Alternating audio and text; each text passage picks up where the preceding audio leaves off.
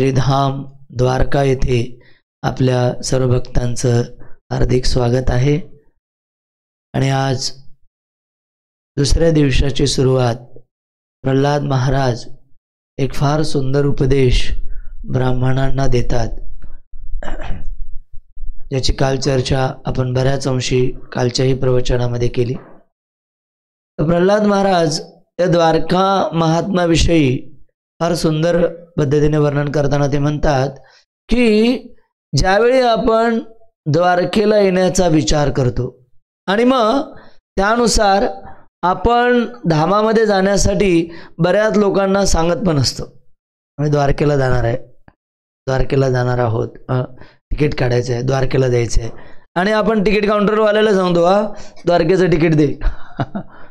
तर अशा प्रकारे आपण काय करतो, नातेवाईकांना, मित्रांना, कंपनीमध्ये सुट्टीला अर्ज पाहिजे तर RC पटेल इंजिनिअरिंग कॉलेज की आम्हाला यात्रेला जायचं, द्वारका यात्रेला जायचं। तर अशा प्रकारे आम्ही प्रत्येकाला कोणाला ॲडजस्टमेंट करत असतो, नाही? काही भक्त सांगत असतात चला द्वारकेला चला, आणि मग काही सांगतात की अरे द्वारकेला जायची इच्छा आहे पण सुट्टीच मिळत नाही आहे, नाही? तर प्रल्हाद महाराज फार सुंदर पद्धतीने सांगता की जे येतात किंवा जे येण्याचा विचार करतात त्यांना तर द्वारकेचं पुण्य मिळतं, परंतु जो अप्रत्यक्षरित्या द्वारका धामाबद्दल ऐकतो, तिकीट काउंटरवाला किंवा तुमचे बॉस, तर ते ऐकतात, मित्र नातेवाईक, तर शास्त्रामध्ये वर्णन आहे त्यांना देखील 1000 अश्वमेध यज्ञ करण्याचं फळ त्यांना मिळतं। हे द्वारकेचं महात्म्य प्रल्हाद महाराज जे आहेत ते ब्राह्मणांना सांगतात। अशा दिव्य द्वारका धामामध्ये आपल्या सर्वांचं हार्दिक स्वागत आहे। काल आपण चर्चा केली होती तारतम्य न्याय। भगवंत 3 भावामध्ये या भौतिक जगामध्ये लीला करतात। एक आहे पूर्ण भाव, भगवंताकडे अनंत शक्त्या आहेत, परंतु त्या अनेक शक्त्यांपैकी भगवंत काही शक्ती किंवा काही भावांचं अंशिक भावाचं प्रदर्शन जिथे करतात त्यांना वैकुंठ म्हणतात। त्याचबरोबर भगवंत आपल्या अनंत गुणांचं, अनंत ऐश्वर्यांचं प्रदर्शन या भौतिक जगामध्ये करतात, परंतु ते करत असताना कुठंतरी भगवंताबद्दल थोडं ज्ञान असतं, ज्ञान मिश्र भक्ती त्याला म्हणतात, किंवा भगवंताप्रती थोडंसं ज्ञान असतं की भगवंत आहेत।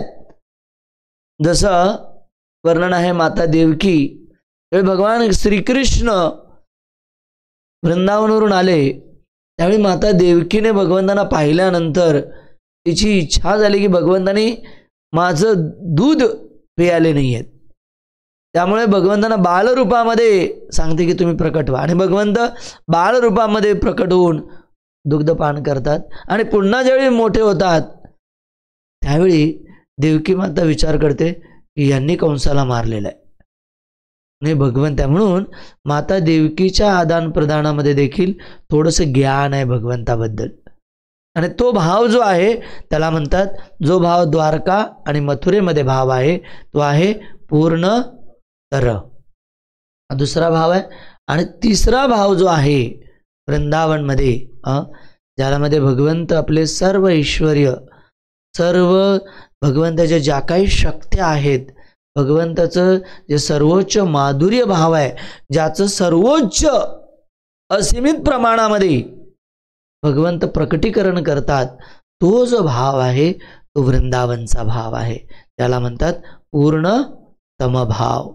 ज्या भावनेमध्ये जसं माता यशोदा भगवंतांना बघते आणि भगवंतांना एकदा दूध पाजते, आणि दूध पाजता पाजता ती भगवंताच्या मुखामध्ये अनंत ब्रह्मांड बघते, अनंत ब्रह्मांड फिरतायत, वेगवेगळे सूर्य चंद्र, वेगवेगळे नक्षत्र, ग्रह, तारे, जीवसृष्टी सगळी माता यशोदा त्या भगवंताच्या मुखामध्ये बघते।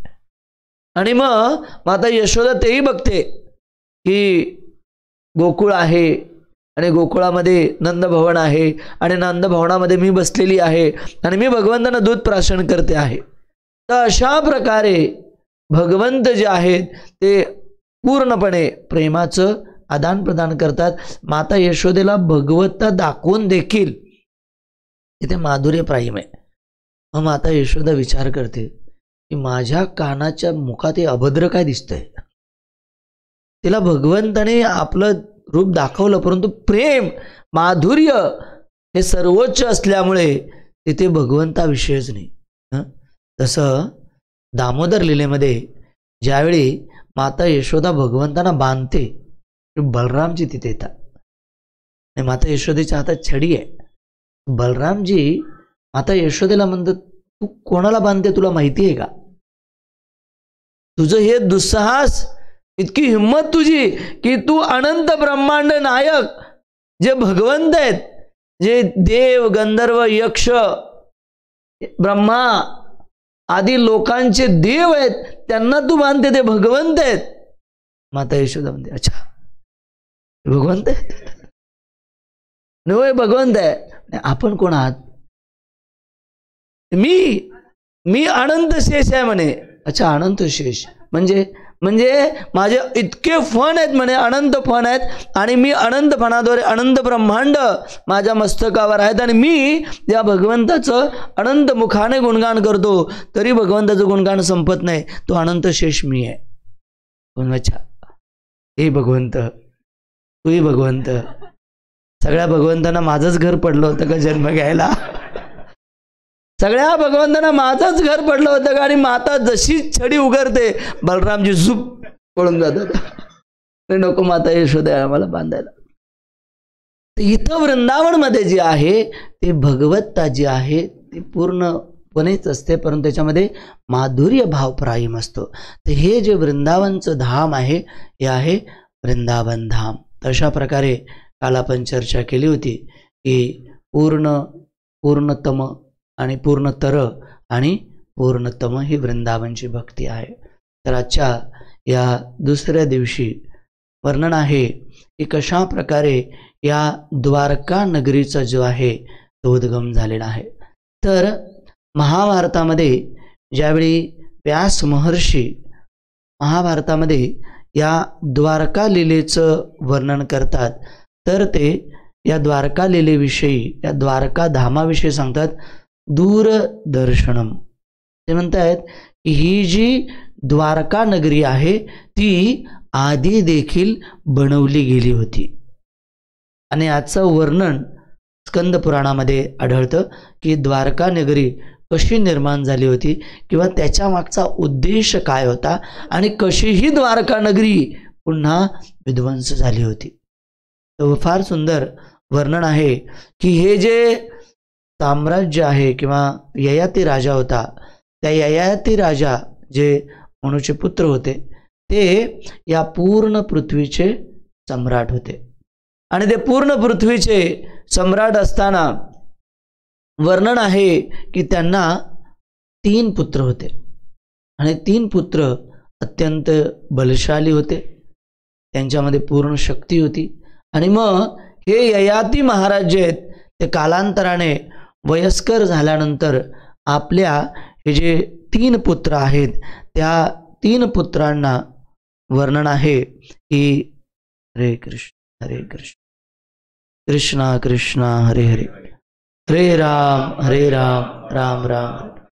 तर या 3 पुत्रांना हरे कृष्ण लागेल म्हणत पूर्ण जे आपले साम्राज्य आहे ते वाटून देतात आणि त्याच्यामध्ये तिघांना पूर्व, पश्चिम आणि दक्षिण असं 3 भागामध्ये वितरण करून ज्यावेळी राज्य देत असतात त्यावेळी ते तिघांना हे राज्य कशा प्रकारे हरिबोल ते राज्य जे आहे ते कशा प्रकारे वितरित केलं आहे आणि हे राज्य जे आहे ते भगवंताच्या कृपेने मला प्राप्त झालेलं आहे, ही भावना ते विसरतात. आणि मग ते पूर्णपणे आपल्या 3 पुत्रांना सांगतात की कशा प्रकारे मी या राज्याची निर्मिती केलेली आहे आणि कशा प्रकारे हे राज्य मी अनंत काळापासून जे आहे ते इथपर्यंत आणलेलं आहे. आणि अशा प्रकारे अनर्थ जे आहे यांना हे सगळं ऐकतात 3 पुत्रांपैकी. आणि अनर्थ जे आहेत ते पूर्णपणे ज्यावेळी राजाचा ययाती राजांचा भाव समजतात त्यावेळी अनर्थ राजा ययातीला फार सुंदर उपदेश देतात. खरं तर महाराज ययाती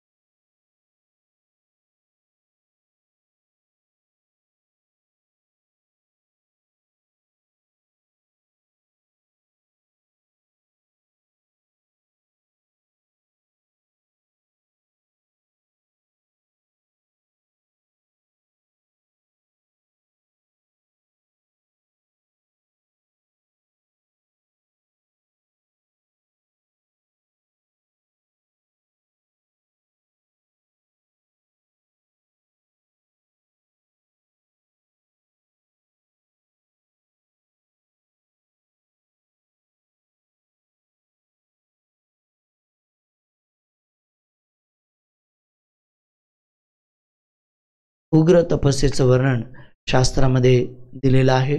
कशा प्रकारे त्यांनी वेगवेगळ्या स्तरावरती 1000 वर्ष जे आहे ती तपस्या केलेली आहे.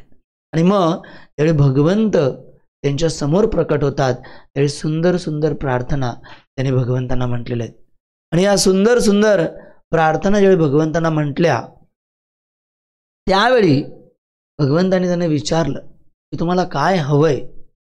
त्यावेळी त्यांनी भगवंतांना सांगितलं की भगवंता, ज्या प्रकारे ध्रुव महाराजांना आपण असं राज्य प्रदान केलं, असं लोक प्रदान केलं की ज्यावरून ते पुन्हा कधी खाली येऊ शकत नाही, ते तिथे शाश्वतरित्या तिथे राज्य करतात. आणि मग तसंच मला एक असं स्थान द्या जे शाश्वत राहील. आणि हे भगवंतांनी त्यांना तथास्तु म्हटलं.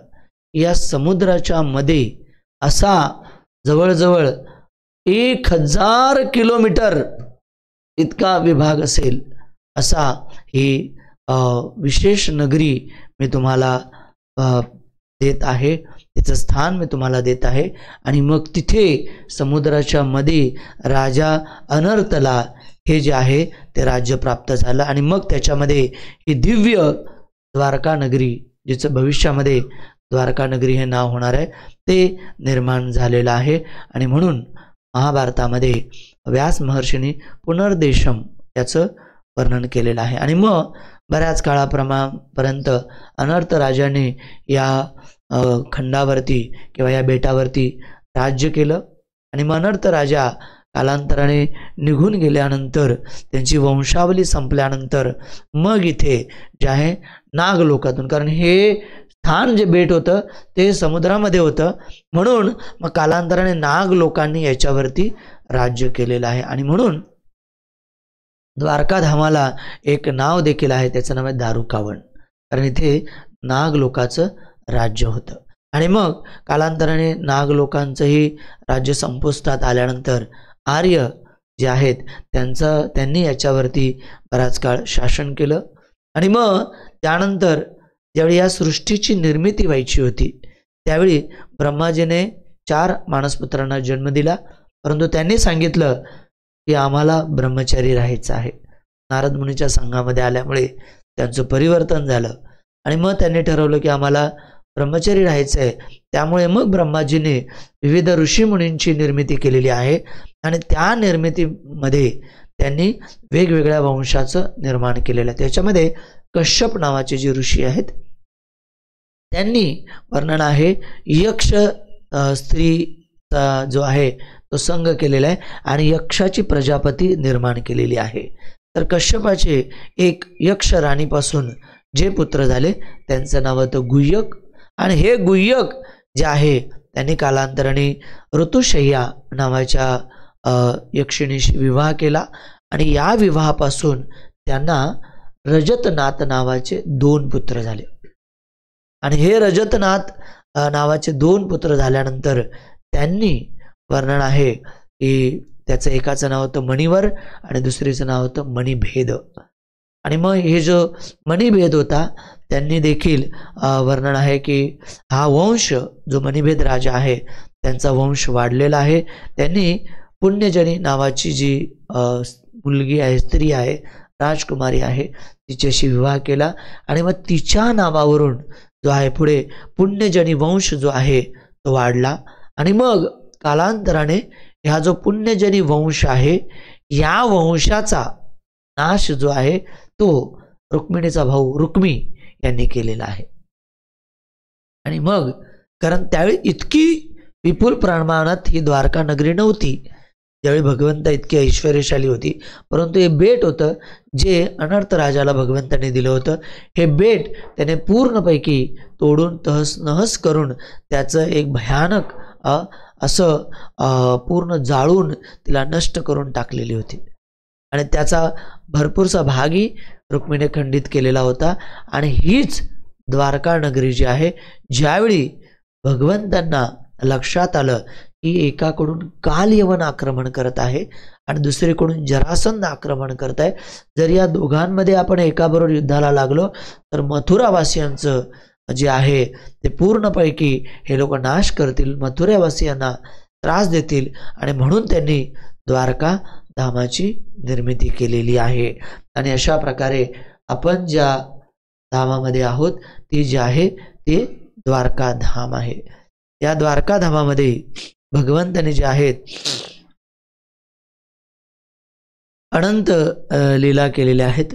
भगवंतांनी या द्वारका धामामध्ये भगवंतांनी जसं आपण काल चर्चा केली की प्राथमिक भगवंताचं जे होतं ते कारण होतं की द्वारका नगरी निर्माण करण्याचं की जरासंधापासून रक्षण.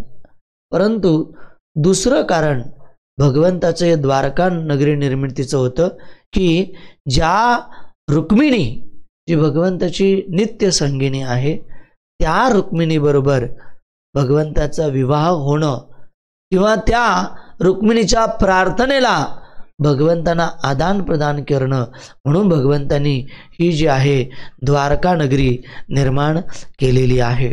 आणि मग याचा फार सुंदर श्रीमद भागवतमध्ये रुक्मिणी हरण ही फार सुंदर लीला जी घडली ती भगवंतांनी याच ठिकाणी घडवली. सुंदर वर्णन आलेलं आहे श्रीमद भागवतमध्ये.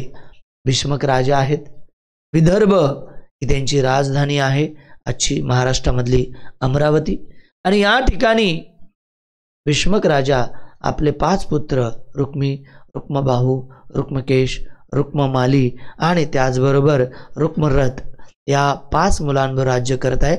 आणि त्यांची अति लावण्य रूपवती फार सुंदर ही रुक्मिणी जी आहे ती लक्ष्मी देवीचंच एक्सपान्शन आहे. अति सुंदर ही रुक्मिणी त्यावेळी सुकुमार वयामध्ये आली विवाहाच्या, त्याच्यामध्ये वर्णन आहे की रुक्मिणीच्या महलामध्ये वेगवेगळे देवी देवता देखील येत. इतकंच नव्हे, वेगवेगळे साधू संत देखील येत. आणि विशेषतः नारद मुनी नित्य भीष्मक राजांच्या दरबारामध्ये येऊन भगवंतांच्या दिव्य लीलांचं ते वर्णन करायचे. आणि या दिव्य लीलांचं श्रवण ज्यावेळी रुक्मिणी, भीष्मक किंवा आदी प्रजावासी करतात त्यावेळी प्रत्येकाला, विशेषतः रुक्मिणीच्या मनामध्ये ही देखील इच्छा होते की मला देखील भगवंत पती स्वरूप प्राप्त झाले पाहिजेत. आणि म्हणून त्यानुसार ती देवी त्यांच्या आराध्यांना प्रार्थना करू लागली. परंतु रुक्मी जे आहे, इवन भीष्मक राजा आणि जी प्रजा होती त्यांची देखील सूक्ष्म इच्छा होती की हिचा विवाह जे आहे ते द्वारकाधीश भगवान श्रीकृष्णांबरोबर व्हावा. परंतु विनाशकाले विपरीत बुद्धी, रुक्मीची इच्छा नव्हती. आणि रुक्मिणी, कारण रुक्मी हा नेहमी असत संघामध्ये राहत असे. त्याचे मित्र शिशुपाल, शाल्व, दंतवक्र असे भयानक भयानक असुर त्याचे मित्र होते. आणि त्यामुळे रुक्मिणीला भीष्मक राजाने समजवलं, परंतु रुक्मी इतका बलवान होता की त्याच्या आज्ञेपुढे कोणीही जाईना. आणि म्हणून कोणाची इच्छा नसताना रुक्मिणीचा विवाह जो आहे तो शिशुपालाशी ठरला. आणि मग रुक्मिणीला ज्यावेळी हे कळालं त्यावेळी रुक्मिणीने एक ब्राह्मण त्याला बोलवलेलं आहे आणि ब्राह्मणाला एक पत्र दिलं, फर्स्ट लव्ह लेटर रुक्मिणीने लिहिलेलं आहे भगवंतांना.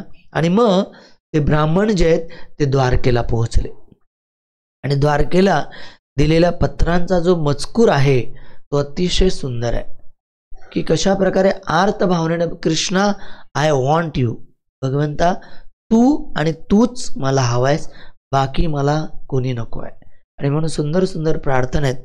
या प्रार्थनामध्ये एक सुंदर प्रार्थना आहे ती म्हणते, यस्यांग्री पंकजरज स्नपनो महांतो वांछा तुमापतिरा आत्मोपहते यंभुजाक्षण लभये भगवत प्रसादम जयामसुनव्रत वृषाणशत जन्मभिस्यात्. फार सुंदर या प्रार्थनामध्ये इतकी सुंदर प्रार्थना आहे. आणि जर तुम्ही याचं तात्पर्य वाचलं तर प्रभुपाद इतक्या सूक्ष्म पद्धतीने भाव रुक्मिणीचा या श्लोकामध्ये वर्णन करण्यात आलेलं आहे. ते म्हणताय रुक्मिणी म्हणते, यस्यांग्री पंकज रज स्नपनम महांतो, तुमच्या चरण कमलाची जी रज आहे ना त्या रजाचा अभिषेक अनेक महान महान साधुवृत्तीचे भक्त करत असतात. तुमच्या चरणाचा आश्रय ते घेत असतात आणि अशा महान संतांनी, म्हणून भगवंत वटस्य पत्रस्य कुटोशयाणम, त्यावेळी भगवंत वटपत्रावरती पहुडलेले असतात, त्यावेळी भगवंत आपला अंगठा आपल्या मुखामध्ये घेतात.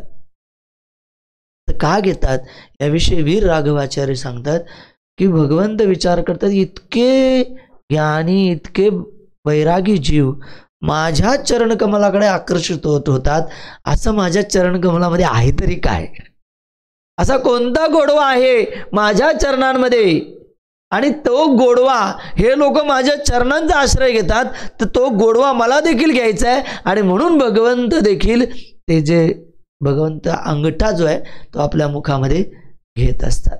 तशा महान संतांनी जी आपल्या चरणाचा आश्रय घेतात, असा वांछा माझी इच्छा आहे की मला देखील पत्नी रूपामध्ये आणि आपण पती रूपामध्ये मला प्राप्त व्हावं, ही माझी मती आहे, ही माझी बुद्धी आहे, ही माझी चेतना आहे. आणि मग वर्णन करते रुक्मिणी की जर समजा न लभये भगवत प्रसादम, हे भगवंता जर मला तुमच्या चरणाचा आश्रय नाही भेटला तर ती म्हणते शतजन्म भी स्यात, मी काय करेन मग, व्रतकृषाण शतजन्म भी स्यात, की भगवंता मी व्रत करेन, मी व्रत करेन, जल घेणार नाही, मी भोजन करणार नाही, मी तपस्या करेन. आणि व्रत घेतल्यानंतर मग जर या जन्मामध्ये मला तुमची प्राप्ती झाली नाही तर मी हा देह सोडून देईन आणि पुढचा शतजन्म म्हणजे हजारो जन्म मी जन्माला येईन, तपस्या करेन, कृश होईन, पुन्हा त्या देहाचा त्याग करेन, पुन्हा जन्माला आली, पुन्हा तपस्या करेन आणि पुन्हा मी तुमच्या चरणाच्या प्राप्तीसाठी व्रत वैकल्य करेन, पुन्हा देह सोडला तर पुन्हा जन्म घेऊन तपस्या करेन, तुमच्या चरणाची आस काही सोडणार नाही. तर कृपा करून तुम्ही माझा पत्नी रूपामध्ये स्वीकार करावे आणि मला पती रूपामध्ये प्राप्त व्हावे, हीच भगवंता तुमच्या चरणी प्रार्थना. किती सुंदर प्रार्थना आहे. पण आपला जोपर्यंत हा भाव होत नाही, पती या शब्दाचा अर्थ आहे नियंत्रक, नियंत्रक आहे. म्हणून त्यावेळी 7 प्रदक्षिणा घेतात नाही, हे की नाही, तर त्या 7 प्रदक्षिणामध्ये वर्णन आहे की जे जे पती अनुकरण करेल किंवा जे जे पती सांगेल त्याचं मी पालन करेन, म्हणजे पती म्हणजे नियंत्रक. तर परंतु ह्या भौतिक जगामध्ये आपण भगवंतांना पती मानण्याचं सोडून स्वतःच पती बनण्याचा प्रयत्न करत आहोत, कंट्रोलर बनण्याचा प्रयत्न करत आहोत. आणि या कंट्रोल भावनामध्ये आपली चेतना जी आहे ती दूषित होऊन जाते.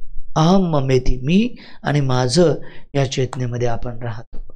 आणि मग माता रुक्मिणी जी आहे ती भगवंतांकडे अशा पत्र पाठवते. त्यावेळी भगवंत बलरामजीला देखील भगवंत सांगत नाही. भगवंत जे आहेत ते त्यांचा जो सारथी आहे दारुक, त्याला सांगतात की चल आपल्याला जायचंय. आणि रुक्मिणी त्या पत्रामध्ये ही सांगते की भगवंता इथे रुक्मी, त्यानंतर त्यांचे जे 5 भाऊ आहेत, त्याचबरोबर शिशुपाल, दंतवक्र, अनेक असुरांची मीटिंग झाली. आणि या मीटिंगमध्ये यांनी असा विचार केला की त्यांना कुठून तरी कळलं की मी माझी जे आहे ब्राह्मण तुम्हाला पाठवणार. आणि म्हणून त्यांनी अशी योजना केलेली आहे की कृष्ण आले तर आपल्याला त्यांना युद्ध करता आलं पाहिजे, म्हणून युद्धाची पूर्ण तयारी माझ्या विवाहामध्ये आहे. सगळेजण आपल्या शस्त्रास्त्रांना, विवाहामध्ये शस्त्रास्त्र घेऊन जात नाही, पण सगळे आपले शस्त्र अस्त्राने जे आहेत ते इथे आलेले आहेत. त्यामुळे तुम्ही माझं कुठे अपहरण करू शकता. ज्यावेळी मी सकाळी मातेच्या दर्शनाला जाईन त्यावेळी तिथे मी एकांतात असेल आणि तिथेच माझं तुम्ही पलायन करू शकता.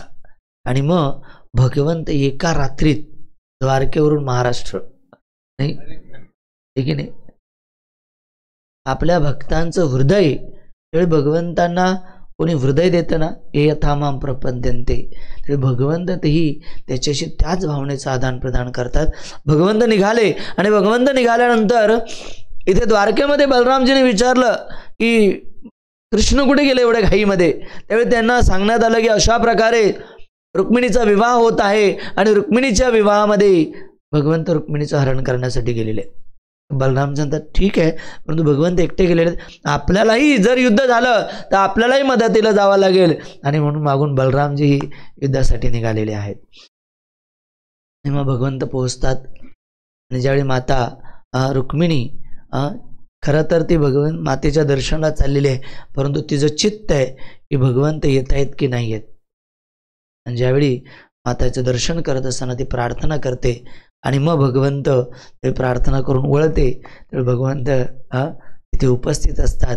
भगवंतांना पाहिल्यानंतर रुक्मिणी आनंदत होते आणि मग भगवंत तिला उचलतात, रथामध्ये बसवतात आणि रथ मनाच्या वेगाने जे आहे वर्णन आलेलं आहे की ते द्वारकेकडे निघालेलं आहे.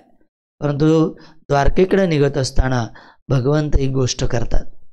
आपल्या रथाचा जो लगाम आहे, वर्णन आहे, तो काय करतात, रुक्मिणीच्या हातात देतात आणि रुक्मिणीला सांगतात की रुक्मिणी आता तुझी इच्छा.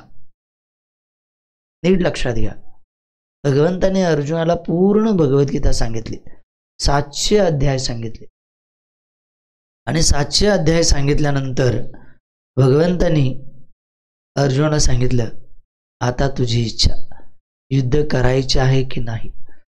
म्हणून भगवंत कोणाच्याही इच्छेच्या आड येत नाही. जितकी भगवंतांना प्राप्त करण्याची आपली इच्छा असेल तितक्याच तीव्रतेने भगवंत आपला स्वीकार करतील. आणि मग रुक्मिणीने जे आहे तो रथ पळवलेला आहे. आणि भगवंत ज्यावेळी इथे एक अजून श्रील प्रभुपाद सांगतात की जसं भगवंतांनी आपली लगाम रुक्मिणीच्या हातामध्ये दिली, त्याच प्रकारे ज्यावेळी एखादा व्यक्ती परिपूर्ण भावनेने भगवंताची भक्ती करतो त्यावेळी भगवंत देखील त्याचे सेवक होऊन जातात, भगवंत देखील त्याच्या अधीन होऊन जातात.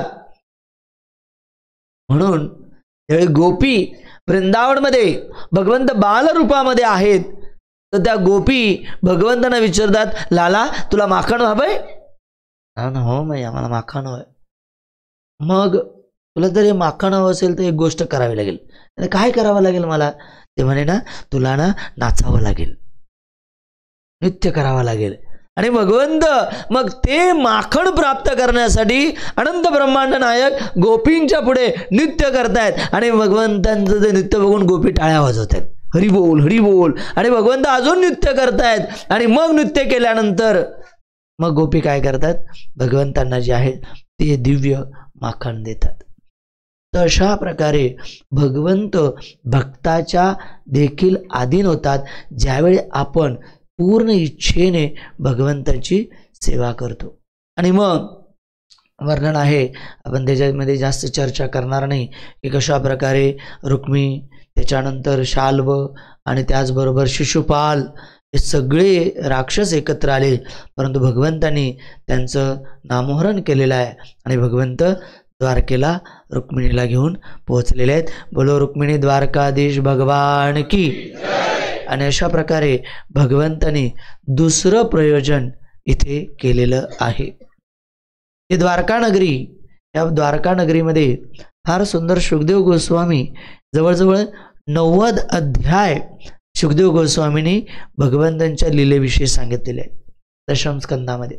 आणि या 9व्या अध्यायामध्ये भगवंतांनी ज्या काही लीला केल्या, 11 वर्ष 52 दिवस भगवंत वृंदावनमध्ये होते. या वृंदावन लीलेंचं वर्णन भगवंतांनी जवळजवळ 40 अध्यायामध्ये केलेले आहे.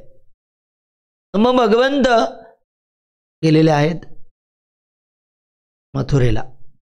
तिथे भगवंत 12 वर्ष, 10 ते 12 वर्ष होते. 18 वर्ष होते. भगवंत 18 वर्ष राहिले आणि त्या 18 वर्षामध्ये जे केवळ 10 ते 12 अध्यायाचं वर्णन आहे. आणि मग भगवंत जवळजवळ 100 वर्ष ते द्वारकामध्ये होते. ते द्वारकामध्ये जवळजवळ 40 कथांचं वर्णन जे आहे ते द्वारका लीलेचं सुखदेव गोस्वामी परीक्षित महाराजांना करत आहेत. याच द्वारकेमध्ये महाभारत युद्ध सुरू होण्याआधी ज्यावेळी युधिष्ठिर महाराज आणि दुर्योधन हे आपापल्या सेनेमध्ये युद्ध करण्यासाठी वेगवेगळे राजे, वेगवेगळे योद्धे यांना बोलवण्यासाठी एकत्र येतात, त्यावेळी दुर्योधन वेगवेगळ्या राजांना भेट देत असताना अर्जुन त्यांचं प्रतिनिधित्व करत असताना दोघेही एकाच वेळी द्वारकेला येतात. दोघेही एकाच वेळी द्वारकेला येतात आणि द्वारकेला आल्यानंतर पहिलं वर्णन आहे की दुर्योधन येतात. आणि दुर्योधन आल्यानंतर तो बघतो की भगवंत विश्राम करत आहेत. आणि ठीक आहे, मग भगवंताच्या मस्तकाच्या बाजूला एक आसन असतं, त्या आसनावर जाऊन बसतो. आणि मग थोड्या वेळानंतर अर्जुन येतात. आणि अर्जुन आल्यानंतर ते बघतात आसन तर असतात, परंतु ते भगवंताच्या पलंगावरती भगवंताच्या चरणाचं दर्शन करत बसतात. आणि मग भगवंत उठतात. आणि भगवंत उठल्यानंतर दर्शन कुठे जातं? अर्जुनाकडे. आणि भगवंत विचारतात, अरे अर्जुना, तू कधी आलास आणि कसा काय आलास, कशी काय आठवण झाली? भगवंत अर्जुनाची पृच्छा करत असताना मागून दुर्योधन म्हणे, मी पण आलोय. अच्छा, दुर्योधनाला बघून भगवंतही स्मित हास्य करतात आणि म्हणतात, स्वागत आहे दुर्योधन. आपण दोघं एकाच वेळी, सूर्य आणि चंद्र एकाच वेळी कसे काय उगवले आज? तर मग अर्जुनही सांगतो की भगवंत आता युद्धाची वेळ आहे. आणि दुर्योधनही सांगतात की आम्हाला तुमची सहाय्यता हवी आहे. आणि मग दोघांमध्ये प्रश्न होतो की पहिलं मागणार कोण? परंतु भगवंत भक्त रक्षक आहेत.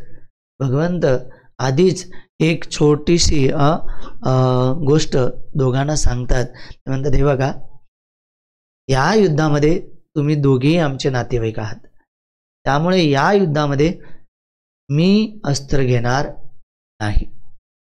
परंतु मी तर अस्त्र घेणार नाही, पण दुसऱ्या बाजूला माझी अजय अशी नारायणी सेना आहे, ज्याला देवी देवता देखील घाबरतात. अजय, प्रबळ, वीर आणि प्रत्येक प्रकारचे, पाण्यातले आहेत, हवेमध्ये युद्ध करणारे आहेत. त्यामुळे तुम्ही विचार करा काय हवंय आणि पहिला अधिकार कोणाला द्यायचा? दुर्योधन म्हणे, मी पहिला आलोय. भगवंत म्हणे, पण मी पहिला अर्जुनाला पाहिलंय. अर्जुनही म्हणे, तो पहिला आलेला आहे, तुम्ही त्याला सांगा. भगवंत म्हणे, नाही, कारण भगवंताने चिंता आहे, ते अधर्माने भगवंतांना मागितलं तर किती अवघड प्रश्न होईल. आणि मग अर्जुन म्हणतो, ठीक आहे भगवंता, मला तुम्ही हवेत. तर दुर्योधन ऐकल्यानंतर दुर्योधन खुश होतो. अरे वा, पण दुःखी दाखवतो, भगवंता तुम्ही माझ्या पक्षातून युद्ध करणार नाही याचं मला आतूनच दुःख आहे, आणि माझा लहान भाऊ त्याने तुम्हाला मागून घेतलेलं तर आता माझ्यासाठी उरतं काय?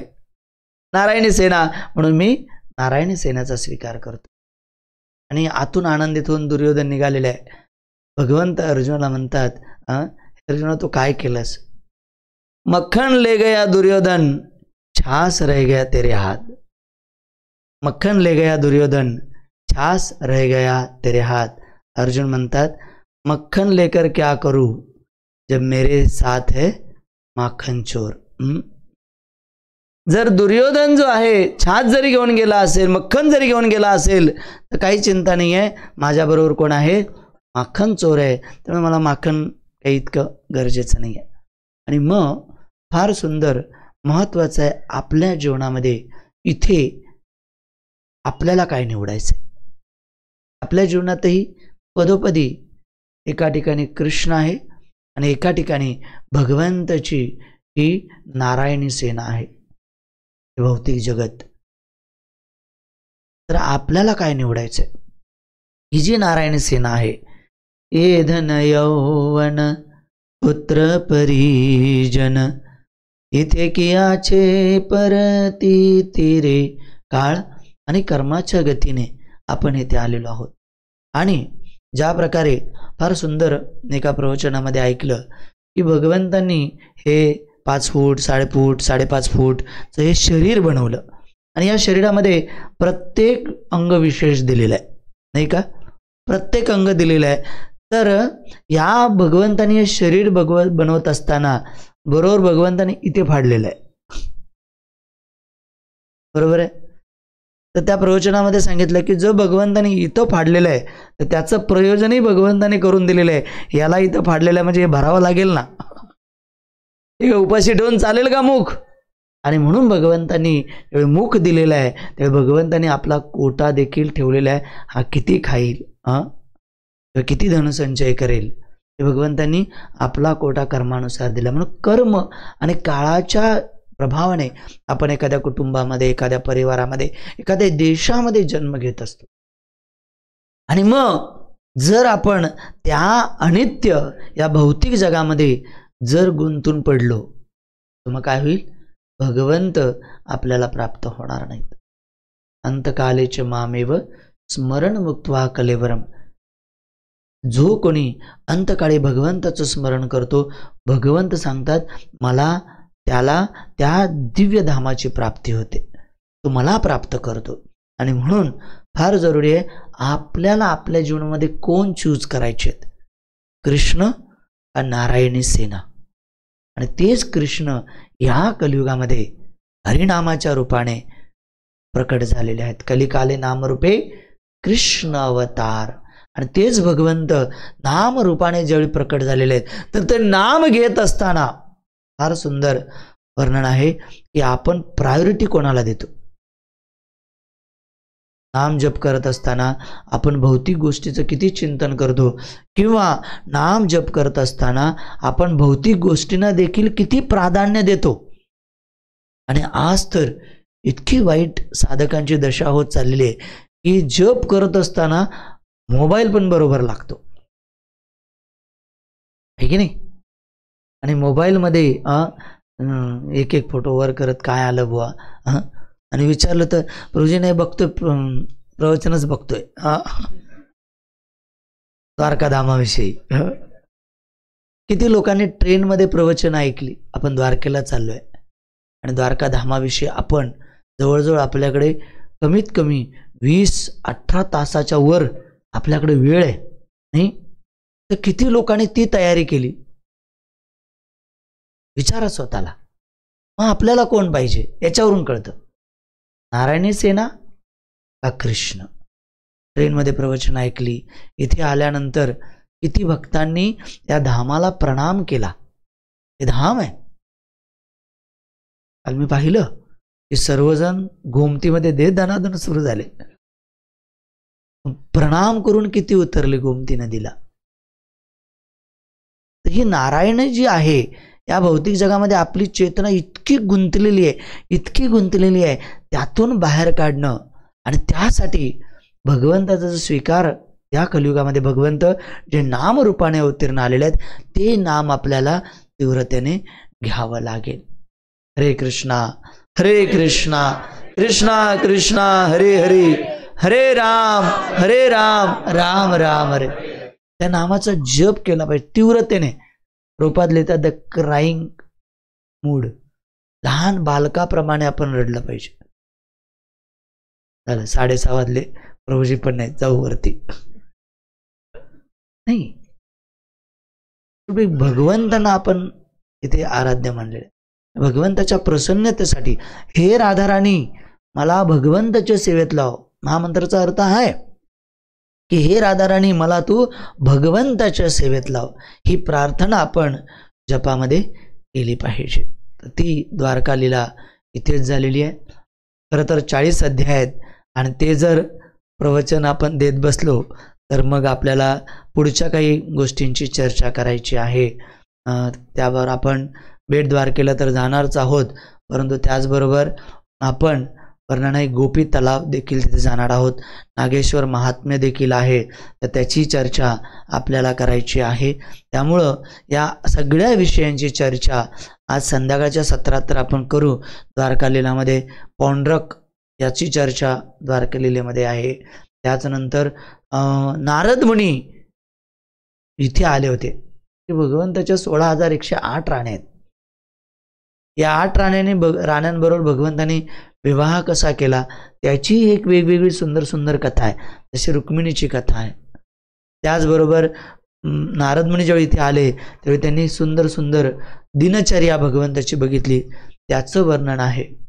तशा अनंत लीला भगवंताच्या आज संध्याकाळी आणि उद्या जिथे आपल्याला पोचायचं आहे स्वयंतक मणी जांबुवंत जे आहे ती कथा आपण संध्याकाळच्या सत्रात करू. त्याआधी आपण जिथे जाणार आहोत त्या 2 क्षेत्राची माहिती घेऊ. परंतु एक विशेष द्वारकाधामाचं अजून एक महत्त्व आहे, त्याची ही चर्चा थोड्या प्रमाणात आपण करू. कारण ही महत्त्वाची लीला जर आपल्याला आठवत असेल तर ती द्वारकेमध्येच झाली होती. याचा संबंध जगन्नाथपुरीशी आहे. तर एकदा या भगवंताच्या दिव्य लीला, कारण भगवंत वृंदावनवासियांना कधी विसरत नसत. बऱ्याच वेळा भगवंत ज्यावेळी भोजन करायचे त्यावेळी माता यशोदा कशा प्रकारे भगवंतांना आपल्या हाताने भरवायची, आ कर आणि हे भगवंतांना भोजन करताना आठवायचे आणि भोजन करता करता भगवंत रडायचे. तर ज्या 16,108 राणी त्या भगवंताच्या सेवा करायच्या त्यांना वाटायचं की काहीतरी आमच्याकडून सेवा परिपूर्ण होत नाही, ते स्वतःला दोष द्यायच्या. परंतु भगवंत वृंदावनच्या भावनेमध्ये नित्य लीला करायचे. त्यामुळे सगळ्या 16,108 राण्यांना इच्छुकता होते की भगवंताच्या ज्या गोपी आहेत असं कोणतं प्रेम दिलं की भगवंत आमच्याही सेवेचा इतका स्वीकार करत नाही. इतकं भगवंतावरती प्रेम आहे. भगवंत त्यांच्या विरहामध्ये रडतात. तसं काय प्रेम दिलेलं आहे. आणि त्या बाललीला ऐकण्याची इच्छा या गोपी राण्यांची झाली. आणि मग त्यावेळी माता रोहिणी जी आहे ते भगवंतांच्या दिव्य लीलांमध्ये रोहिणी माता जी आहे ती वृंदावनामध्ये होती. आणि त्यामुळे वर्णन आलेलं आहे की सगळ्यांनी माता रोहिणीला हट्ट धरला की कृपा करून तुम्ही आम्हाला भगवंताच्या वृंदावनच्या लीला सांगा. त्यावेळी रोहिणी माता म्हणाली की नाही, जर ती लीला भगवंताने ऐकली, चुकून भगवंतांना वृंदावनबद्दल नाव जरी ऐकलं तरी भगवंत तुम्हा सगळ्यांना सोडून जातील. मग नियम असा झाला की आपण जे आहे भगवंत सुधर्मा सभेमध्ये गेल्यानंतर हा एक सुंदर महल होता जो विश्वकर्माने बनवला होता. सुधर्मा महलामध्ये वर्णन आहे की भगवंत तो महल असा होता ज्या महलामध्ये प्रवेश केल्यानंतर कोणाला वार्धक्य येत नसायचं, त्याला मृत्यू येणार नाही, त्याला तहान भूक लागणार नाही त्या सभेमध्ये दरबारामध्ये बसल्यानंतर. असा हा फार सुंदर महल होता, दरबार होता. आणि मग तिथे वर्णन आहे की भगवंत सुधर्मा दरबारामध्ये गेल्यानंतर आपल्या नित्य मीटिंगसाठी त्यावेळी आपण सगळेजण कथा करू. माता रोहिणीमध्ये बसेल आणि सगळ्या द्वारकेच्या राण्या ऐकतील, परंतु द्वारावरती आपण काय करू, जे आहे वर्णन आहे, रुक्मिणीला उभं करू, सुभद्राला उभा करू. जगन्नाथ, बलदेव आणि सुभद्राला उभा करू आणि सुभद्रा लक्ष ठेवेल. जसं भगवंत नाही, भगवंताच्या ध्वजाची पताका दिसेल तसं काय करायचंय, त्यांनी सांगायचंय की भगवंत येत आहेत आणि आपण आपली कथा बंद करू. आणि कथा सुरू झालेली आहे. दिव्य कथा ही सुरू झाली. आणि मग वर्णन आहे की कथा इतकी चालली, सगळ्या 16,108 राण्या ज्या आहेत त्या भगवंताच्या दिव्य कथा ऐकण्यामध्ये गुंग होऊन गेल्या. बघा, फार महत्वाचं आहे, भगवंत ज्यांच्या समवेत लीला करतायत, भगवंत ज्यांचे पती आहेत, ज्या भगवंताची डायरेक्ट सेवा करतायत, त्या देखील भगवंताबद्दल काय करतायत, श्रवण करतायत. पण हा नियम आपल्याला फार महत्वाचा आहे. आध्यात्मिक जीवनामध्ये जर आपली चेतना प्रगत करायची असेल तर आपल्याला भगवंताबद्दल नित्यम भागवत सेवया नष्ट प्रायेषु भद्रेषु, जर आपल्याला आपल्या हृदयातली अभद्र घालवायची असतील, आपली जी चेतना आहे की मी नियंत्रक आहे, ही चेतना जर नष्ट करायची असेल तर आपल्याला नित्यम भागवत सेवा, रोज नियमाने वेळात वेळ काढून रोज कथा आणि कीर्तन ऐकले पाहिजेत. आणि आजकाल तर यूट्यूबवरती इतका माल मसाला मिळतो ऐकायला. कधी कधी वाटतं, मी मुलांना म्हणत होतो की कधी कधी वाटतं की हे सगळं आता बस करावं मॅनेजमेंट, आणि एका रूममध्ये फक्त भगवंताच्या दिव्य कथा, दिव्य लीला श्रवण कराव्यात. जितकं ऐकाल तितकं कमी आहे. म्हणून श्रवणामध्ये रुची वाढली पाहिजे. ज्याची श्रवणामध्ये रुची वाढेल त्याची आपोआप सेवेमध्ये रुची वाढेल. ज्याची सेवेमध्ये रुची वाढली की त्याला या भौतिक जगामध्ये रस राहणार नाही, परंतु तो त्या सेवा जबाबदारीने करेल. नीट लक्षात घ्या, फरक हा आहे की रस राहणार नाही, परंतु त्या सेवा तो व्यक्ती काय करेल, अतिशय जबाबदारीने त्या सेवा करेल. आणि मग फार सुंदर वर्णन आहे की भगवंताच्या दिव्य कथा ऐकण्यामध्ये सर्वजण इतक्या मग्न झाल्या आणि वर्णन आलेलं आहे की सुभद्रा देखील विसरून गेली, ती भगवंताच्या कथा ऐकू लागली. आणि मग त्याच वेळी बलरामजी आणि भगवान श्री श्याम सुंदर कृष्ण जे आहेत ते सुभद्रेच्या बाजूला येऊन उभे राहिले. सुभद्रेला कळालंच नाही की भगवंत आलेले आहेत. आणि ते भगवंत एका बाजूला बलरामजी, एका बाजूला कृष्ण उभे राहिले, मध्ये सुभद्रा उभी राहिली. आणि दिव्य लीला भगवंत ऐकता ऐकता महाभाव, शास्त्रामध्ये वर्णन आहे की महाभावामध्ये भगवंत गेलेले आहेत आणि त्या महाभावामध्ये भगवंताचं शरीर आकुंचन पावलेलं आहे, भगवंताचे डोळे मोठे झालेले आहेत.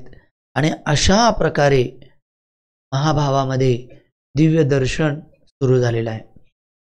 आणि ह्या दर्शनामध्ये नारद मुनी द्वारकेमध्ये आले. आणि नारद मुनींनी द्वारकेमध्ये आल्यानंतर भगवंताचं जे दिव्य रूप पाहिल्यानंतर नारद मुनी देखील दिव्य भावनेत गेले, महाभावामध्ये गेले. जोरदार कीर्तन करायला लागले, नृत्य करायला लागले, गळाबळा लोळू लागले आणि कधी कधी बेहोश होऊ लागले. पुन्हा चेतनेमध्ये आल्यानंतर पुन्हा ते कीर्तन करू लागले, हरे कृष्णा कृष्णा कृष्णा हरे हरे, हरे राम राम राम हरे हरे. त्या कीर्तनामध्ये चैतन्य महाप्रभू सांगतात ना, नयनम गलदश्रुधारया वदनम गदगद हृदया गिरा. कधी तो भगवंता मला भाव येईल की मी कीर्तनामध्ये जे आहे, जेव्हा तुमचं कीर्तन होईल, जेव्हा तुमचं जप होईल, त्यावेळी माझ्या डोळ्यातून अश्रू येतील. हा मूड आपल्याला प्राप्त करायचा आहे. हा चैतन्य महाप्रभूने दिलेला मूड आहे. या मूड हे भाव आपल्याला की नाम जप करत असताना, कीर्तन सुरू होत असताना कधी माझ्या मुखा जे आहे ते गदगद होईल, माझ्या डोळ्यातून अश्रू येतील, कधी माझ्या शरीरावरती रोमांच निर्माण होतील. नाही, तो भाव कुठे? आणि आपला कीर्तन सुरू झाले टचुक टचुक नाही कीर्तनामध्ये, कारण ही संधी परत मिळणार नाही, ही संधी परत मिळणार नाही. मी पाहिलं किती दिवस आपण आपले व्हॉट्सअपवरचे फोटो बघतो, बरं किती लोकांना सेंड करतो, केल्यानंतर तिथं फक्त गुलाबाचं फुल येतं, बाकी काही येत नाही. हो, आणि तेही बिनवासाचं फुल येतं. एखादा थम्सअप करतो किंवा एखादा हात जोडतो, त्याच्या व्यतिरिक्त काय मिळतं आपल्याला? परंतु त्याच वेळी दिव्य कीर्तन आमच्या हरिभजन प्रभूंच्या मुखातून नाही. आताच ते मला सांगत होते की रथयात्रेमध्ये आरवडे परमपूज्य लोकनाथ स्वामी महाराजांबरोबर त्यांनी दिव्य कीर्तन केलं नाही. आणि परमपूज्य लोकनाथ स्वामी महाराजांनी आरवड्याला पूर्ण त्यांना एक विशेष भेटवस्तू महाराजांनी त्यांच्या कीर्तनाबद्दल दिलेली आहे. त्याचबरोबर आता रथयात्रेमध्ये बेळगावला चंद्रमौळी महाराजांबरोबर ते कीर्तन करत होते नाही. चंद्रमौळी महाराजांबरोबर ते नृत्य करत होते. दिव्य कीर्तन, त्या दिव्य कीर्तनामध्ये, आणि तेच हरिभजन प्रभू आपल्या यात्रेमध्ये आलेले आहेत नाही. आणि अशा दिव्य कीर्तनाचा लाभ जर आपण घेतला नाही तर मग आपल्यापेक्षा दुर्भागी मला वाटतं आपण कोणी नाही आहे. तर म्हणून फार जरुरी आहे की आपण भगवंताच्या कीर्तनामध्ये भाग घ्यायला हवं. तर इथे भगवंताच्या कीर्तनामध्ये नारद मुनी दिव्य चेतनेमध्ये गेले, आणि दिव्य चेतनेमध्ये गेल्यानंतर सगळेजण बाह्य रूपामध्ये आले. मग नारद मुनींनी जी आहे ती भगवंतांना प्रार्थना केलेली आहे, हे भगवंता, हे विशेष रूप जे आहे ते असंच निरंतर आमच्या समोर राहावं, जेणेकरून ब्रह्मांडातले जितके काही जीव आहेत त्यांना तुमच्या दर्शनाचा लाभ मिळेल. आणि मग त्यांनी सांगितलं की मी कलियुगाच्या अंती या भौतिक जगामध्ये प्रकट होईल, आणि जे पतितातले पती जीव आहेत त्या जीवांना देखील माझ्या दर्शनाने मी कृपा प्रदान करेल, आणि त्यांना मी जन्म मृत्यूच्या चक्रातून मुक्त करेन, असं आश्वासन भगवंतांनी द्वारकेमध्ये नारद मुनींना दिलं. आणि तेच भगवंत जगन्नाथपुरीमध्ये जगन्नाथ बलदेव सुभद्रा म्हणून आपल्यासारख्या पती जीवांना दर्शन देण्यासाठी प्रकट झालेली आहेत. ती लीला द्वारकेमध्येच घडलेली आहे. बोलो जगन्नाथ बलदेव सुभद्रा मैया की, बोलो द्वारकाधीश भगवान की. तशा अनंत लीला भगवंतांनी या द्वारकेमध्ये केलेल्या आहेत. आपण पुढच्या टप्प्यामध्ये जाऊ. तिथे आहे, आपण गोपी तलावाच्या इथे येणार आहोत. गोपी तलाव एक फार आध्यात्मिक ध्यान करण्याचं स्थान आहे. बाह्य दृष्टिकोनातून धामाला न पाहणे, साक्षात्काराने पाहणे. फार सुंदर वर्णन आलेलं आहे स्कंद पुराणामध्ये. त्यावेळी भगवंत वृंदावन सोडून मथुरेमध्ये गेले, तर नित्य गोपींना मथुरेमध्ये काय चाललेलं आहे ते कळत होतं. आणि म्हणून भगवंताच्या चिंतनामध्ये की भगवंत येतील, कारण भगवंतांनी सांगितलं होतं मी येणार आहे, पण कधी येणार आहे ते भगवंतांनी सांगितलेलं नव्हतं. आणि मग या रोज गोपी रोज नटायच्या की आज कृष्ण येतील, आणि कृष्ण आल्यानंतर आम्हाला बघतील, आमच्याशी बोलतील. आणि मग सकाळी उठल्यापासून गोपी आपला सुंदर शृंगार करून असायच्या. आणि मग रात्र झाली, आज आला नाही, जाऊन दे, हा कानानं असाच कपटी आहे, उद्या मी शृंगारच करणार नाही, सजणारच नाही, जाऊन दे, वाटच बघणार नाही त्याची, त्या रस्त्याला जाणारच नाही. पण जशी सकाळी उठायची गोपींना जाग यायची. परंतु खरं तर गोपी झोपायच्याच नाहीत. भगवंताच्या विरामध्ये रात्रभर त्यांच्या डोळ्यातून अश्रू व्हायचे. उद्धवजी आले वृंदावनमध्ये. वृंदावनमध्ये त्यांनी पाहिलं, ऐकलं होतं की एकच नदी आहे यमुना, परंतु इथं तर 2 नद्या आहेत. दुसरी नदी वृंदावनमधून कुठून आली? म्हणून त्यावेळी उद्धव त्यावेळी बघतात त्या दुसऱ्या नदीचा उगम कुठे आहे, तर तो नंदभवनामधून अनंत गोपी माता यशोदा नित्य रडत होत्या. तर रात्रभर रडायच्या आणि सकाळी विचार करायच्या, आज ना कृष्ण येईलच बरं का, आज आमच्या विना तो राहणार नाही. आणि मग पुन्हा ताज शृंगार करून त्या भगवंतासाठी माखण बनवायच्या, लोणी बनवायच्या आणि भगवंताची वाट बघायची. तर अशा प्रकारे गोपींचा भाव समजणं फार महत्त्वाचं आहे. तर मथुरेमध्ये भगवंताची नित्य घटना यायच्या. भगवंत 12 वर्षाचे झाल्यानंतर कर्णने नंदबाबाला सांगितलं की आता देवकी आणि वसुदेवाने कृष्ण इथेच राहतील. आणि मग सगळे नंदबाबा, यशोदा सगळे दुःखी मनाने वृंदावनमध्ये गेले. मग सांदीपनी मुनींच्या आश्रमामध्ये भगवंत गेल्याची घटना ही वृंदावनमध्ये गोपींना कळाली. आणि मग भगवंतांनी कशा प्रकारे जरासंधाला हरवलं ह्याही गोष्टी कळाल्या. आणि मग भगवंतांनी ज्यावेळी द्वारकाचं निर्माण केलं आणि मग भगवंत मथुरेवरून काल यवनाचा वध करून उद्धार करून भगवंत आता द्वारकेला आले. यावेळी ही घटना गोपीने ऐकली की भगवंत मथुरेला होते तर काही घटना येत होती, परंतु आता भगवंत आमच्यापासून अजून दूर गेलेत. आणि हे ऐकल्यानंतर ज्या गोपी आहेत त्या अत्यंत चिंतातूर झाल्या. आणि मग मी आख्यानका काल ऐकली, यापूर्वी कधी ऐकली नव्हती. तर फार सुंदर महाराज त्यांच्या प्रवचनामध्ये म्हणाले की मग गोपीची ही चिंता बघून भगवंतांनाही चिंता झाली. आणि मग गोपी ज्यावेळी झोपल्या वृंदावनमध्ये, त्या गोपींना भगवंतांनी झोपेत द्वारकेमध्ये आणलेला आहे. आणि त्यांच्यासाठी भगवंतांनी दिव्य महालाची निर्मिती केली. त्यांच्यासाठी भगवंतांनी विशेष महाल निर्माण केले. आणि ज्यावेळी गोपी सकाळी उठल्यानंतर त्यांना काय दिसतं? गोठा, गाय. परंतु इथे इतके सुंदर सुंदर महल, इतके सुंदर सुंदर रत्न अलंकार, त्या बघून त्याही म्हणायला लागल्या द्वारका द्वारका द्वारका. आणि म्हणून या नगरीला द्वारका हे नाव पडलं. आणि मग भगवंताने गोपींना सकाळी उठल्यानंतर ज्यावेळी श्याम सुंदर कृष्णाला पाहिलं त्यावेळी त्या गोपी अत्यंत मोहित होऊन गेल्या, आनंदी झाल्या. आणि मग भगवंतांनी त्यांच्याबरोबर दिव्य दिव्य लीला किंवा दिव्य दिव्य आदान प्रदान त्या ठिकाणी केलेलं आहे.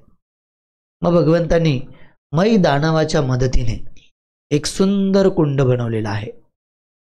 आणि त्या सुंदर कुंडामध्ये भगवंत स्वतः ज्या काही वृंदावनच्या गोपी होत्या त्यांच्याबरोबर भगवंतांनी सुंदर सुंदर जलक्रीडा तिथे केलेली आहे. आणि मग इतकंच नव्हे तर भगवंतांनी जलक्रीडेनंतर ज्यावेळी भगवंत त्या काठावरती रात्र झाली त्यावेळी भगवंतांनी गोपींबरोबर त्या ठिकाणी देखील रासलीला केलेली आहे. गोपीनाथ भगवान की, गोपींचे नाथ. आणि म्हणून तिथे आराध्य विग्रह गोपीनाथ आहेत. आणि मग भगवंतांनी तिथे दिव्य लीला केलेली आहे.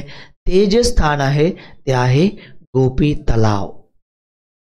आख्यानका अशी आहे काही ठिकाणी की ज्यावेळी भगवंत या धामामध्ये निघून गेले तर निघून गेल्यानंतर गोपी आता त्यांचं जीवन निरागस होऊन गेलं की भगवंत गेल्यानंतर आमच्या देहाचा काय उपयोग. आणि म्हणून त्यांनी असं वर्णन आलेलं आहे की त्यांनी या कुंडामध्ये आपला देह सोडून ते आध्यात्मिक देह प्राप्त करून गेले.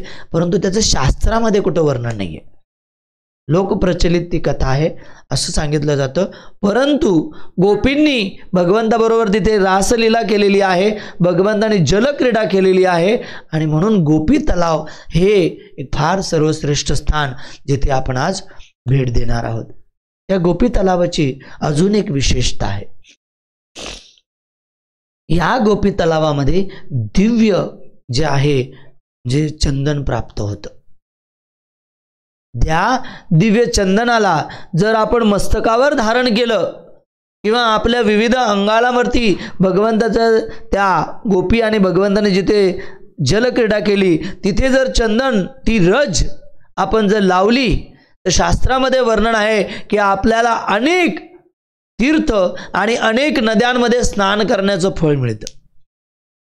इतकंच काय, शास्त्रामध्ये वर्णन आहे की जर आपण तिलक लावलेला आहे आणि जर आपला देह त्यागण्याची वेळ आली तर यमदूत देखील आपल्या शरीराला स्पर्श करत नाहीत.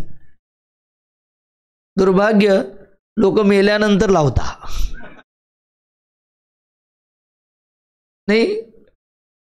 यमदूत हुशार आहेत नाही, हे की नाही. तिलक लावण्याच्या आधी सरी बोल, मग मेल्यानंतर काय लावून फायदा त्याचा. ठीक आहे, लावला पाहिजे त्यानं, हे आहे. म्हणून फार जरुरी आहे हे आपल्याला समजणं. तर अशा प्रकारे त्या चंदनामध्ये इतकी महत्ता आहे. तर वर्णन आहे फार सुंदर. माता देवकी आणि काही ठिकाणी आचार्यांनी माता रुक्मिणीचं वर्णन केलेलं आहे. माता देवकी भगवंताबरोबर ज्यावेळी द्वारकेमध्ये होती त्यावेळी भगवंतांना तिने एक विनंती केली की हे भगवंता, तुमच्या ज्या बाललीला आहेत त्या तुम्ही यशोदेला दाखवल्या. यशोदेबरोबर कशा प्रकारे तुम्ही माखन चोरी केलं आणि कशा प्रकारे भगवंतांनी विशेष आपण दामोदर लीला केली. आणि म्हणून मला तुमचं जे दिव्य रूप आहे, बालरूप आहे, त्याच्यामध्ये एका हातामध्ये रवी आहे, मथनी करण्याची रवी आहे, आणि दुसऱ्या हातामध्ये रस्सी आहे जी मथनीला फिरवते. ते रूप, ते बालरूप मला बघायचं आहे, अशी प्रार्थना माता देवकीने भगवंतांना द्वारकेमध्ये केली.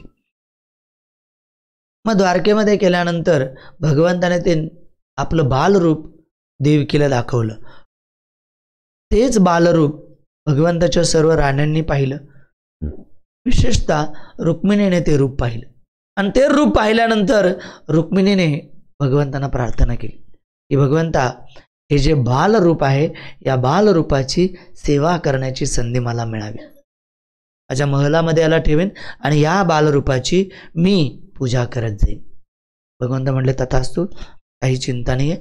आणि मग ते जे विग्रह भगवंताचे बालरूपातले त्याची पूजा अर्चना आता रुक्मिणी देवी करू लागली. आणि मग रुक्मिणी देवी जी आहे, कालांतराने ज्यावेळी द्वारका नगरी बुडाली त्यावेळी भगवंतांचं जे दिव्य रूप आहे, ती मूर्ती, ती गोपी तलावामध्ये चंदनामध्ये पूर्ण झाकून गेली आणि त्याच्यामध्ये चंदनाचा मोठा थर जमला. आणि मग हे चंदन, त्याला गोपी चंदन म्हणतात. आजही गोपी चंदन इथून भरपूर मात्रेमध्ये निघतं. आणि वर्णन आहे, प्रभुपाद एका तात्पर्यामध्ये लिहितात की मूलतः चंदन मिळण्याची जागा ही गोपी तलाव आहे. आणि मग ते चंदन नेऊन, तिथलं रॉ मटेरियल नेऊन वाराणसी किंवा दिल्ली इथले लोक घेऊन जातात आणि त्याच्यामध्ये रंग कलर मिसळून आपल्याला चंदन तिलक रूपामध्ये देतात. परंतु खरं गोपी चंदन जे आहे ते आपल्याला तिथेच प्राप्त होईल रूपात लिहितात देखील. आणि मग गोपी चंदनाचा स्तर जो आहे तो पूर्णपणे त्या मूर्त्यांना लागला आणि त्या मूर्त्या त्याच्यामध्ये लुप्त झाल्या. कालांतराने एक सावकार तिथे आले. त्यांनी मोठे मोठे जे तिलक आहे त्यांचा व्यापार होता, ते वेगवेगळ्या ठिकाणी फिरायचे. त्यांनी 2 मोठे मोठे तिलक असलेले, ज्याच्यामध्ये भगवंत पूर्णपणे लेपलेले आहेत, बलरामजीही लेपलेले आहेत, भगवंत बरोबर बलरामजींचंही बालरूप आहे. आणि अशा प्रकारे ते सावकारांनी ते दोन्ही मोठे मोठे चंदनाचे तिलकाचे जे भगवंताच्या अंगावरती लेप लागला होता ते विग्रह घेतले आणि ते व्यापार करायला निघून गेले. त्यांना माहिती नव्हतं याच्यामध्ये विग्रह आहेत. जवळजवळ 800 वर्षापूर्वीची घटना आहे. 800 वर्षापूर्वीची घटना. आणि मग ते घेऊन ते निघाले आणि निघाल्यानंतर वर्णन आहे की समुद्रामध्ये वादळ भरपूर आलं आणि वादळामध्ये आता माझे नाव बुडते काय या भावनेमध्ये ते जे सावकार होते ते जे विचार करू लागले तर करावं काय. त्यावेळी त्यांनी नदीच्या काठावरती मध्वाचार्यांना बघितलं आणि मध्वाचार्यांना बघितल्यानंतर त्यांनी त्यांना प्रार्थना केली. ज्या आपल्या संप्रदायामध्ये एक वरिष्ठ आचार्य आहेत, त्याच्यावरून त्यांच्या नावावरून आपल्याला ब्रह्म मध्व गौडीय संप्रदाय म्हणून ओळखलं जातं. आणि मग त्यांनी पाहिलं की वादळामध्ये हा सावकार अडकलेला आहे. त्यांनी हवेने आपला हात हलवून त्या वादळाला शांत केलेलं आहे. आणि मग त्या ठिकाणी वर्णन आलेलं आहे की तो जो सावकार आहे तो पोहोचलेला आहे मध्वाचार्यांकडे. त्यांना प्रार्थना केली, कृपा करून मला काहीतरी सेवा द्या. त्यामुळे काय सेवा करू शकतो? आणि माझ्याकडे भरपूर मात्रेमध्ये चंदन आहे. अच्छा, चंदन आहे? हो म्हणे, ठीक आहे, मला चंदन दे. मग त्यांनी ते 2 मोठे मोठे जे गट होते ते दोन्ही मोठे मोठ्या वस्तू ज्या आहेत ते मध्वाचार्यांना दिल्या. आणि मध्वाचार्यांनी ज्यावेळी याला फोडल्या, हे चंदन ज्यावेळी घासू लागले त्यावेळी त्यांना कळालं की याच्यामध्ये काहीतरी दिव्य आहे. आणि मग जे देवकी माताने रूप पाहिलं, जे रूप रुक्मिणीने ज्याची पूजा केली, तेच बलरामजी आणि विशेषतः भगवान कृष्णाचं रूप जे आहे त्याचं दर्शन मध्वाचार्यांना झालं. एका हातामध्ये काठी आणि एका हातामध्ये रवी आणि एका हातामध्ये रश्शी. आणि मग मध्वाचार्यांनी बलरामजीची स्थापना केली. आणि विशेषतः त्या बालरूपाची स्थापना आजही आपल्याला बघायला मिळेल. ते स्थान आहे श्री क्षेत्र उडुपी क्षेत्र. तिथे भगवंताची स्थापना आहे बालरूपामध्ये केलेली आहे. बोलो उडुपी कृष्ण भगवान की. तेच बालरूप वृंदावनचं आहे जे भगवंताने रुक्मिणीला दाखवलं होतं. अशा प्रकारे ती कथा देखील गोपी तलावामध्ये झालेली आहे. अशा प्रकारे गोपी तलावाचं महात्म्य आहे. तिथे गेल्यानंतर तिथले आराध्य राधा गोपीनाथ आहेत. तिथे बरीच मंदिरं असतील, परंतु कीर्तन टीमच्या पाठीमागे राहायचे जेणेकरून आपल्याला त्याच मंदिरात जाता येईल. त्या मंदिरात दर्शन करून जे सिक्युरिटी गार्ड आहेत आपले, त्यांच्या मार्गदर्शनाखाली लाईनीमध्ये काही गडबड न करता, कारण फार छोटे रस्ते आहेत, तिथे जायचे. त्या मैदानावच्या ज्या कुंडामध्ये भगवंतांनी लीला केलेली आहे त्या कुंडामध्ये जाऊन आपण आचमन करायचं आहे. आणि मग आपण पुढे येणार आहोत नागेश्वर धाममध्ये. फार सुंदर ही नागेश्वर धामाची कथा आहे. नागेश्वर धामामध्ये वर्णन आलेलं आहे की भगवंतांचं शिवजींचा एक अनन्य भक्त जो वैश्य परिवारामध्ये होता, व्यापार हा त्याचा उद्योग होता. तर हा शिवजींचा, ज्याचं नाव होतं नागेश, हा शिवजींचा अत्यंत प्रामाणिक भक्त होता. आणि नेहमी हा प्रामाणिक भक्त भगवंताची सेवा करत असताना वर्णन आहे त्या ठिकाणी दारुक नावाचा एक राक्षस प्रकट झाला. आणि हा दारुक जे आहे त्यांनी या वैश्य जो नागेश होता यालाच नव्हे तर त्याच्या अनेक सहकाऱ्यांना बंदी केलं आणि कारागृहामध्ये बंद करून टाकलं. पण कारागृहामध्ये देखील नागेश जे आहे ते आपली सेवा अर्चना पूजा सोडत नव्हते. आणि मग ज्यावेळी हे या असुराला कळालं, त्या असुराने, दारुक असुरा, त्याने काय केलं, त्याच्या अनुयायांना सांगून नागेशला मारण्याचा प्रयत्न केला. जसं नागेशला मारण्याचा प्रयत्न केला त्याने शिवजींना प्रार्थना केली, जशी तुमची इच्छा, वैष्णवानाम यथा शंभू. भगवंताचे महान भक्त शिवजी हे त्या क्षणी तिथे प्रकट झाले आणि त्यांनी त्या असुराचा वध केला. आणि मग नागेशने प्रार्थना केली की आपण इथेच उपस्थित राहून कृपा करून जिबद्ध जीवांना दर्शन द्यावं आणि भगवंताची भक्ती जे करणारे आहेत त्यांना आध्यात्मिक जीवनामध्ये प्रगती करण्यासाठी वांछित फळ प्रदान करावं, असं नागेशनी शिवजींना प्रार्थना केलेली आहे. आणि जे 12 ज्योतिर्लिंगामध्ये एक ज्योतिर्लिंग समजलं जातं नागेश्वर, तर तिथे आपण आता जाणार आहोत. तर आजही भगवंत नागेश्वर शिवजी तिथे उपस्थित आहेत लिंग रूपामध्ये, तर त्यांचंही दर्शन आपण करायचं आहे. अशा प्रकारे हे आज 3 धामाला आपण दर्शन देणार आहोत.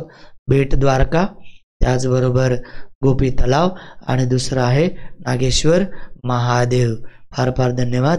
हरे कृष्णा कृष्णा कृष्णा हरे हरे, हरे राम राम राम हरे हरे. बोलो बेट द्वारका धाम की, बोलो गोपी तलाव धाम की, बोलो नागेश्वर भगवान की, श्रील प्रभुपाद की, दाय गौर प्रेमानंदे. फार फार धन्यवाद. हरे कृष्णा.